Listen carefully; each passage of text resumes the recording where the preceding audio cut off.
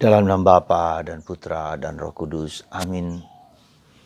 Allah Bapa di surga, Engkau mengajak kami untuk selalu memeriksa batin kami.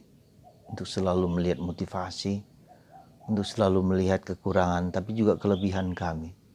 Melihat karya-Mu dalam hidup kami, sehingga kami terpanggil untuk mewartakan Injil, kabar gembira kepada setiap orang. Mewartakan Kristus kepada setiap orang. Semoga iman kami nyata dalam kehidupan kami sehari-hari. Dalam karya pelayanan dan karya pekerjaan kami masing-masing. Demi Kristus Tuhan dan pengantara kami. Amin.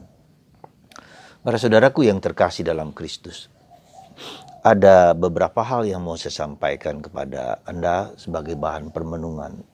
Pertama, hari ini adalah peringatan pengeboman 2 menara di New York. Ya, terorisme menghancurkan simbol-simbol kedikdayaan bangsa manusia, dan orang tercengang dengan terorisme itu. Dan begitu banyak orang meninggal. Kita doakan supaya arwah-arwah mengalami kedamaian dalam kehidupan mereka. Tapi juga kita mohon supaya terorisme juga semakin dilunturkan, semakin dihancurkan dengan cinta dan kasih kepada setiap orang, kepada setiap agama, setiap manusia. Itu yang pertama. Yang kedua, dalam bacaan pertama hari ini, Paulus mengatakan bahwa kalau saja seorang atlet, seorang yang mau mencari kesuksesan dalam hidup, katakanlah seperti Lionel Messi, seperti Ronaldo, yang berjuang giat, berjuang mati-matian untuk menjadi seorang pemain sepak bola yang terkenal. Anda bayangkan Ronaldo per minggu itu sudah berapa miliar, per minggu saja gajinya. Lalu juga Messi juga sama. Ya, baru-baru ini saya dengar Messi ditransfer ke Manchester City dengan biaya 11 triliun. Bayangkan 11 triliun. Paulus mau mengatakan apa? Ketika orang saja berjuang mati-matian dengan segala cara untuk mencapai mahkota dunia, seharusnya apalagi ketika kita mewartakan Kristus, menemukan Kristus, kita juga harus mewartakan kabar gembira dengan penuh semangat, penuh daya, penuh disiplin, penuh kekuatan. Berjuang siang dan malam, pagi dan bangun untuk membuat kita menjadi orang yang dapat mewartakan Kristus dimanapun juga berada.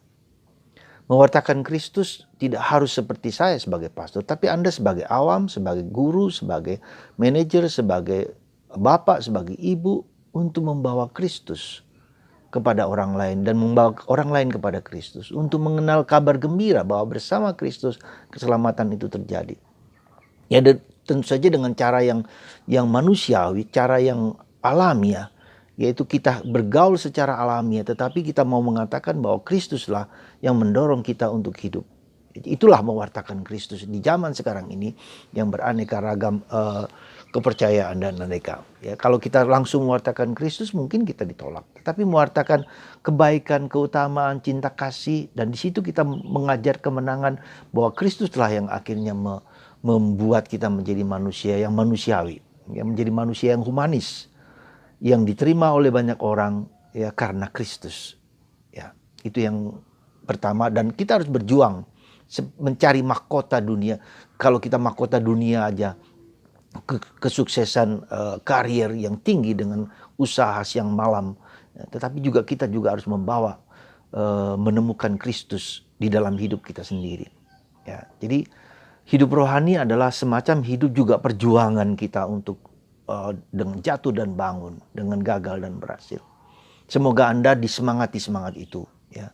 Jadi kalau secara duniawi saja kita berjuang, apalagi sebetulnya secara rohani, karena yang kita dapat adalah mahkota keabadian yang tak akan lekang oleh waktu, ya, tak akan habis, ya, keabadian surga. Dan itu yang harus kita sadari sebagai seorang Katolik. Lalu yang kedua, bagaimana caranya supaya kita bisa menjadi pewarta yang bukan hanya omong, bukan hanya bicara, tetapi bertindak sungguh-sungguh. Yesus mengatakan mudah kita melihat balok kecil di mata orang lain, ya, selumbar kecil ya di mata orang lain, kesalahan-kesalahan kecil pada orang lain, tapi balok di mata kita tidak kita lihat. Ini suatu kecaman, suatu introspeksi juga bagi kita, ya, bahwa kita dipanggil untuk terus-menerus introspeksi, untuk terus-menerus melihat diri sendiri, untuk terus-menerus belajar rendah hati. Bahwa seringkali kita marah, kita kecewa melihat kekurangan orang lain, itu proyeksi dari kelemahan kita masing-masing. Ya, jadi disinilah kita melihat bahwa kita bukanlah orang yang hebat, bukanlah orang yang luar biasa, bukanlah orang yang harus membanggakan diri, ya, dengan segala kekayaan, dengan segala kekurangan, dengan segala kelebihan, keterbatasan, tetapi manusia yang belajar rendah hati, ya, belajar menerima kenyataan bahwa hidup kita adalah hidup yang perjuangan bersama Kristus, ya. Karena itulah saudaraku terkasih, keempat, dari semua pengalaman tersebut, apa yang sebetulnya mau kita harapkan, yang perlu kita sadari sungguh-sungguh, yaitu bahwa ada perjumpaan dengan Kristus. Itu menjadi fokus sentral di dalam kehidupan rohani kita, berjumpa dengan Kristus, bertemu dengan Kristus. Ya, tentu saja ada cara di mana Kristus sendiri yang mengintervensi, seperti Paulus dan banyak orang lain. Kalau kita dengar dari YouTube beberapa saat ini, orang-orang tertentu dari kelompok sebelah yang didatangi oleh Yesus, entah dalam mimpi, entah dalam berbagai macam hal, Yesus sendiri yang mewartakan kabar gembira itu. Yesus sendiri yang datang kepada mereka dan menunjukkan kepada mereka bahwa Yesus sungguh-sungguh Allah. Tetapi itu adalah kekecualian yang memang Yesus yang harusnya begitu. Nah, tetapi di dalam diri kita sendiri yang harus, sebelum Yesus datang kepada mereka, Yesus harus datang kepadaku.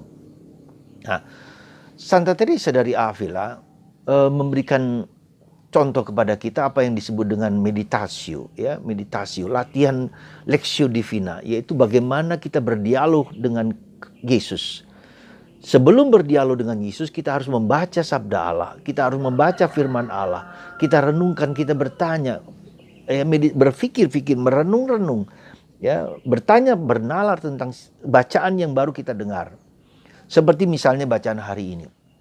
Yesus mengatakan, hendaklah kamu tidak mudah, tidak hanya melihat selumbar kecil, ya, kayu di dalam mata orang, ya, tapi lihatlah balok di dalam mata kita sendiri. Nah, kita bertanya pada Yesus, Yesus, apa maksudnya ini? Engkau mengatakan sabda ini kepadaku.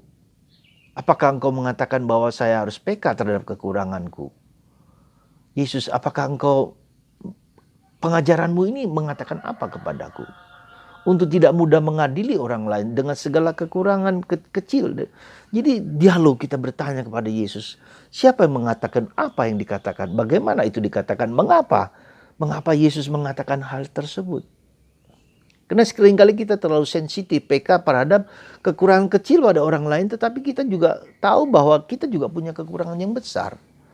Maka sebelum kita mengkritik orang lain, mungkin ada saatnya kita juga harus melihat diri kita sendiri.